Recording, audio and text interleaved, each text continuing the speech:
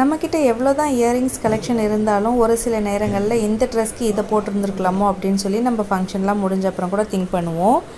பாக்ஸ்லலாம் store பண்ணி வச்சோன்னா நம்மளுக்கு சரியாக விசிபிலிட்டி இருக்காது. ஸோ ட்ரெஸ்ஸுக்கு ஏற்ற மாதிரி நம்மளால் மேட்ச் பண்ணிக்க முடியாது.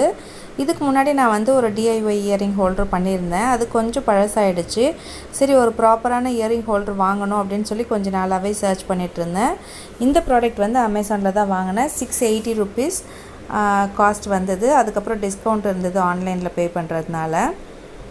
இது வந்து பிளாஸ்டிக்கில் தான் இருக்குது. கொஞ்சம் லைட் வெயிட் தான். கொஞ்சம் வேகமாக கீழே விழுந்தால் உடையிற மாதிரி இருக்குது. பட் கொஞ்சம் ப்ராப்பராக யூஸ் பண்ணிக்கிட்டோன்னா சேஃபாக வச்சுக்கலாம்.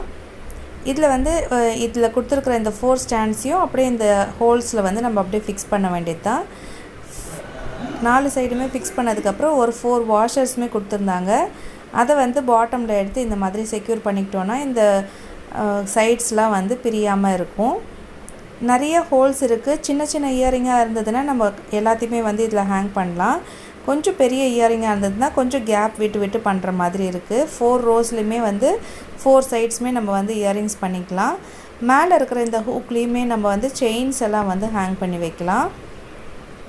ஸோ ஒரு யூஸ்ஃபுல்லான இயரிங் ஹோல்டர் தான் இது. ஃபைனலாக என்னோடய இயரிங்ஸ் எல்லாம் இப்படி தான் ஹேங் பண்ணி வச்சுருந்தேன். இந்த ப்ராடக்ட் எனக்கு ரொம்பவே யூஸ்ஃபுல்லாக இருக்குது. உங்களுக்கும் இது தேவைப்பட்டதுன்னா டிஸ்கிரிப்ஷனில் இருக்கிற லிங்க்கை கிளிக் பண்ணி அமேசானில் ஆர்டர் பண்ணிக்கோங்க. திரும்ப சீக்கிரமே அடுத்த ஒரு வீடியோவில் சந்திக்கலாம். நன்றி.